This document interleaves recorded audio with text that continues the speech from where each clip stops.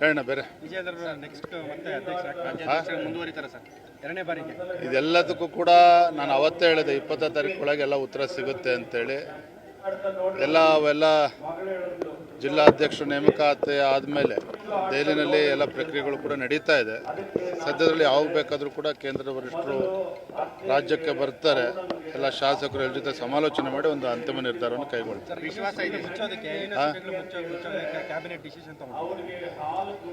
ಭಾಳ ದುರಾದೃಷ್ಟ. ಯೂನಿವರ್ಸಿಟಿಗಳನ್ನು ಹೆಚ್ಚು ಮಾಡಬೇಕಾಗ್ತದೆ. ಆದರೆ ನಮ್ಮ BJP ಸರ್ಕಾರ ಇದ್ದಾಗ ಏನು ಹೊಸ ಯೂನಿವರ್ಸಿಟಿಗಳು ಆಗಿತ್ತು ಅದನ್ನು ಮುಚ್ಚಾಕ್ತಕ್ಕಂಥ ಕೆಲಸ ಇವತ್ತು ಕಾಂಗ್ರೆಸ್ ಸರ್ಕಾರ ಮಾಡ್ತಾ ಇದೆ. ಕಾರಣ ಏನು? ಅದಕ್ಕೆ ಬೇಕಾಗಿರ್ತಕ್ಕಂಥದ್ದು 300 ಕೋಟಿ 400 ಕೋಟಿ ರೂಪಾಯಿ ಅನುದಾನ ಕೊಡಬೇಕಾಗ್ತದೆ.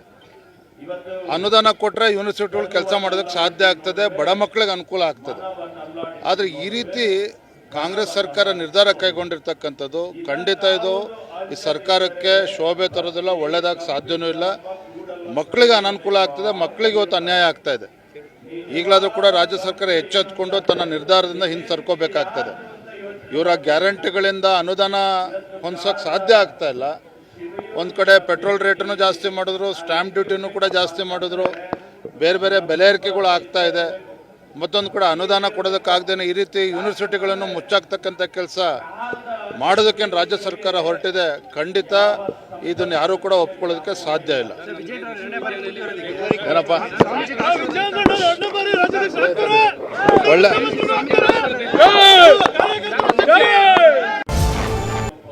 ಹೇಳೋಣ ಬೇರೆ ವಿಜಯೇಂದ್ರ ನೆಕ್ಸ್ಟ್ ಮತ್ತೆ ಅಧ್ಯಕ್ಷ ಮುಂದುವರಿತಾರೆ ಸರ್ ಎರಡನೇ ಬಾರಿಗೆ.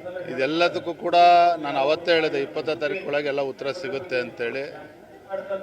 ಅವೆಲ್ಲ ಜಿಲ್ಲಾಧ್ಯಕ್ಷರು ನೇಮಕಾತಿ ಆದಮೇಲೆ ದೆಹಲಿನಲ್ಲಿ ಎಲ್ಲ ಪ್ರಕ್ರಿಯೆಗಳು ಕೂಡ ನಡೀತಾ ಇದೆ. ಸದ್ಯದಲ್ಲಿ ಯಾವಾಗ ಬೇಕಾದರೂ ಕೂಡ ಕೇಂದ್ರ ವರಿಷ್ಠರು ರಾಜ್ಯಕ್ಕೆ ಬರ್ತಾರೆ, ಎಲ್ಲ ಶಾಸಕರು ಎಲ್ಲ ಜೊತೆ ಸಮಾಲೋಚನೆ ಮಾಡಿ ಒಂದು ಅಂತಿಮ ನಿರ್ಧಾರವನ್ನು ಕೈಗೊಳ್ತಾರೆ.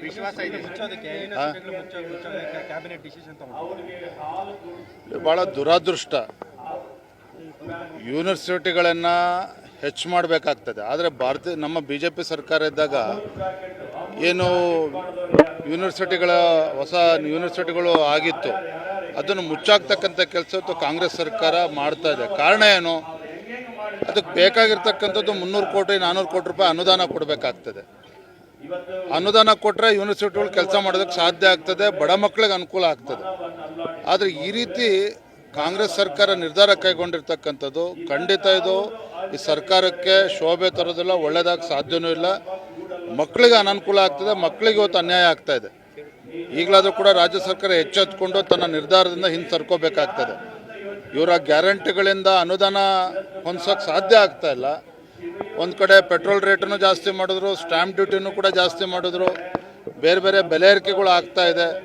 ಮತ್ತೊಂದು ಕಡೆ ಅನುದಾನ ಕೊಡೋದಕ್ಕಾಗ್ದೇನೆ ಈ ರೀತಿ ಯೂನಿವರ್ಸಿಟಿಗಳನ್ನು ಮುಚ್ಚಾಕ್ತಕ್ಕಂಥ ಕೆಲಸ ಮಾಡೋದಕ್ಕೇನು ರಾಜ್ಯ ಸರ್ಕಾರ ಹೊರಟಿದೆ. ಖಂಡಿತ ಇದನ್ನು ಯಾರೂ ಕೂಡ ಒಪ್ಕೊಳ್ಳೋದಕ್ಕೆ ಸಾಧ್ಯ ಇಲ್ಲ.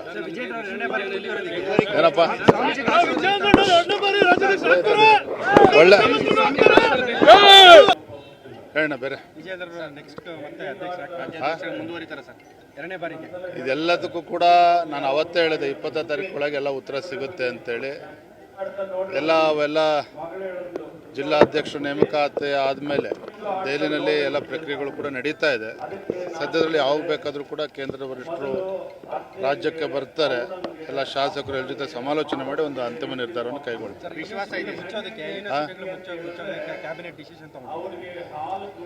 ಭಾಳ ದುರಾದೃಷ್ಟ. ಯೂನಿವರ್ಸಿಟಿಗಳನ್ನು ಹೆಚ್ಚು ಮಾಡಬೇಕಾಗ್ತದೆ. ಆದರೆ ನಮ್ಮ BJP ಸರ್ಕಾರ ಇದ್ದಾಗ ಏನು ಹೊಸ ಯೂನಿವರ್ಸಿಟಿಗಳು ಆಗಿತ್ತು ಅದನ್ನು ಮುಚ್ಚಾಕ್ತಕ್ಕಂಥ ಕೆಲಸ ಇವತ್ತು ಕಾಂಗ್ರೆಸ್ ಸರ್ಕಾರ ಮಾಡ್ತಾ ಇದೆ. ಕಾರಣ ಏನು? ಅದಕ್ಕೆ ಬೇಕಾಗಿರ್ತಕ್ಕಂಥದ್ದು 300 ಕೋಟಿ 400 ಕೋಟಿ ರೂಪಾಯಿ ಅನುದಾನ ಕೊಡಬೇಕಾಗ್ತದೆ. ಅನುದಾನ ಕೊಟ್ಟರೆ ಯೂನಿವರ್ಸಿಟಿಗಳು ಕೆಲಸ ಮಾಡೋದಕ್ಕೆ ಸಾಧ್ಯ ಆಗ್ತದೆ, ಬಡ ಮಕ್ಕಳಿಗೆ ಅನುಕೂಲ ಆಗ್ತದೆ. ಆದರೆ ಈ ರೀತಿ ಕಾಂಗ್ರೆಸ್ ಸರ್ಕಾರ ನಿರ್ಧಾರ ಕೈಗೊಂಡಿರ್ತಕ್ಕಂಥದ್ದು ಖಂಡಿತ ಇದು ಈ ಸರ್ಕಾರಕ್ಕೆ ಶೋಭೆ ತರೋದಿಲ್ಲ, ಒಳ್ಳೆಯದಾಗಿ ಸಾಧ್ಯವೂ ಇಲ್ಲ. ಮಕ್ಕಳಿಗೆ ಅನನುಕೂಲ ಆಗ್ತದೆ, ಮಕ್ಕಳಿಗೆ ಇವತ್ತು ಅನ್ಯಾಯ ಆಗ್ತಾ ಇದೆ. ಈಗಲಾದರೂ ಕೂಡ ರಾಜ್ಯ ಸರ್ಕಾರ ಎಚ್ಚೆತ್ತುಕೊಂಡು ತನ್ನ ನಿರ್ಧಾರದಿಂದ ಹಿಂದೆ ಸರ್ಕೋಬೇಕಾಗ್ತದೆ. ಇವರ ಗ್ಯಾರಂಟಿಗಳಿಂದ ಅನುದಾನ ಹೊಂದೋಕ್ಕೆ ಸಾಧ್ಯ ಆಗ್ತಾ ಇಲ್ಲ. ಒಂದು ಕಡೆ ಪೆಟ್ರೋಲ್ ರೇಟನ್ನು ಜಾಸ್ತಿ ಮಾಡಿದ್ರು, ಸ್ಟ್ಯಾಂಪ್ ಡ್ಯೂಟಿನೂ ಕೂಡ ಜಾಸ್ತಿ ಮಾಡಿದ್ರು, ಬೇರೆ ಬೇರೆ ಬೆಲೆ ಏರಿಕೆಗಳು ಆಗ್ತಾ ಇದೆ.